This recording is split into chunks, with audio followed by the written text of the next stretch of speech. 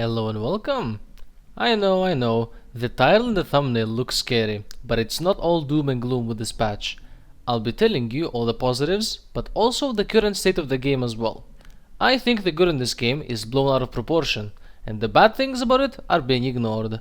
So, I have decided to give you the transparency that other content creators might not. Now, starting off with the good stuff that came with the update. We got a whole ranked matchmaking system. It's actually pretty astonishing that we even got this for the game. I was excited at first, but reality set in pretty quickly for me, which I'll talk about later.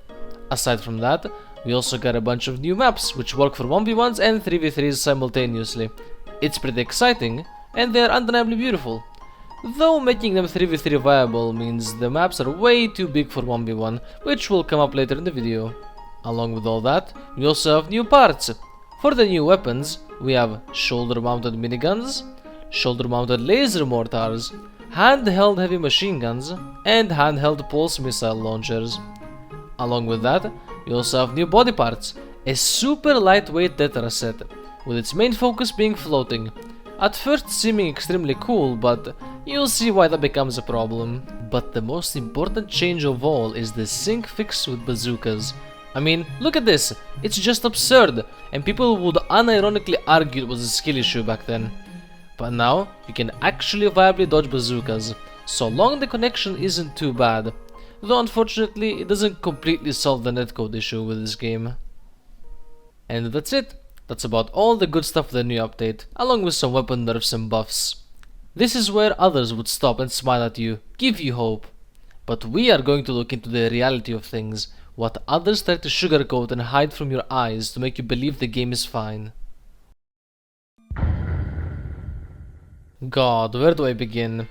This section of the video will be relatively long and extremely slanderous without too much editing, just some ranked gameplay to feed your eyes, but you're welcome to keep it open in the background to listen while you do something, as I really just have stuff to talk about more so than show. Let's start with ranked.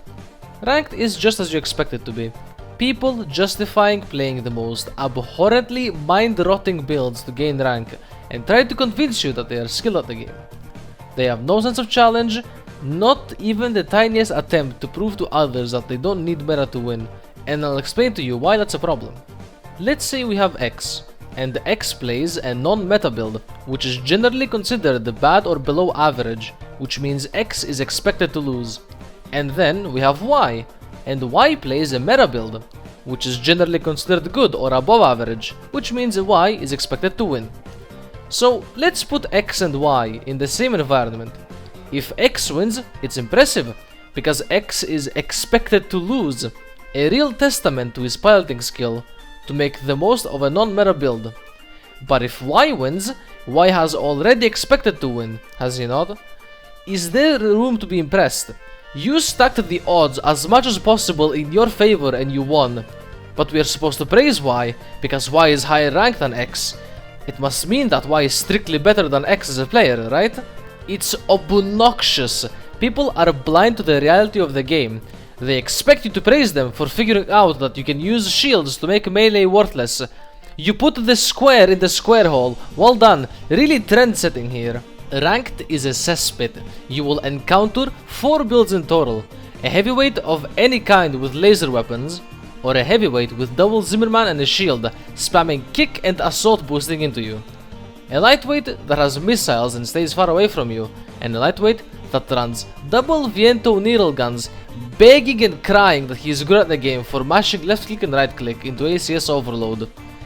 These problems get worse when you remember that the new build can hover for minutes on end with 400 speed, actively dodging most things via simply moving around, and the fact that the maps were made huge to accommodate 3v3, leaving much room for rats to run about and waste your time. If you are a player who believes that they can overcome all this with a fair build, I implore you to give ranked a try and bathe in the rot that permeates its seams.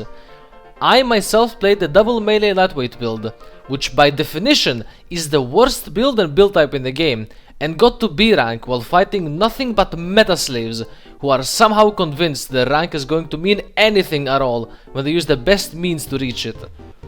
you are welcome to argue that ranked means anything, and that you should do your best to climb it, but I don't think there's anything impressive in it, especially in a game where everyone's hands are held by automated game systems or stat checks.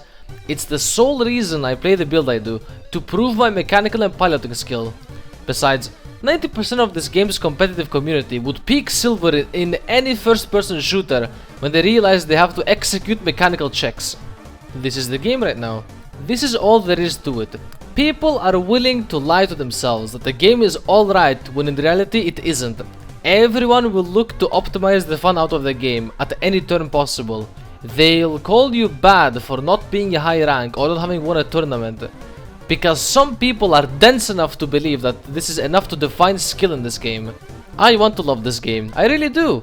But it's hard to do so when people deny the existence of rock paper scissors directly after telling me to put something on my build to fare better against other builds.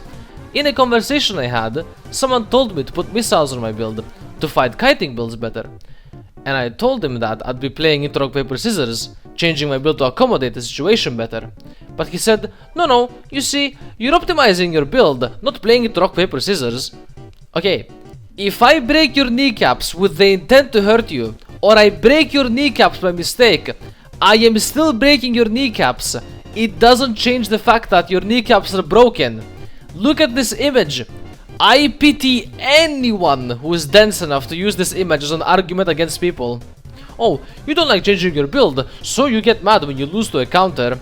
They admit the existence of rock, paper, scissors with the same image and then tell you it doesn't exist. And now that this video is out, someone's going to watch it and instantly alert others. And they'll start crying in the comments, calling me bad or saying that I'm wrong.